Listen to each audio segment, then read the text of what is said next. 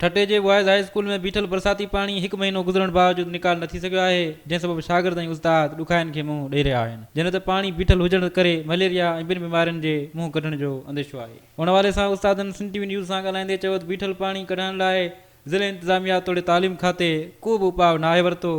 हुननि चयो त सरकार पारां हुकुम जारी कयो वियो आहे त SOPs ते अमल कयो, मास्क ऐं ॿी का बि शइ मुहैया न कई वई आहे। हुननि चवणो त बग़ैर मास्क के जेके शागिर्द अचनि था हू हुननि खे वापसि करे छॾनि था। पाणी जो मसइलो आहे बरसाति जे हवाले सां इहो हर साल असां सां इशू रहे थो। हिते 850 खां मथे शागिर्द पढ़नि था ऐं 50 खां वधीक हिते उस्ताद आहिनि, पर जॾहिं बि बरसातूं पवंदियूं आहिनि, जॾहिं बि मींहुं वसंदो आहे त असां सां इहो ज़ुल्म हूंदो आहे जो हिन जा 2 जेके एंट्रेंस आहिनि उन्हनि ते बि पाणी बीठल हूंदो आहे। SOPs जे हवाले सां या सैनिटाइज़र जे हवाले सां या जेके बि फैसिलिटियूं मिलणु खपनि उहे जेके आहिनि से गवर्नमेंट जे तरफ़ां कंहिं बि स्कूल खे किथे बि जेका आहे डिस्ट्रिक्ट में का बि अहिड़ी फैसिलिटी न मिली आहे।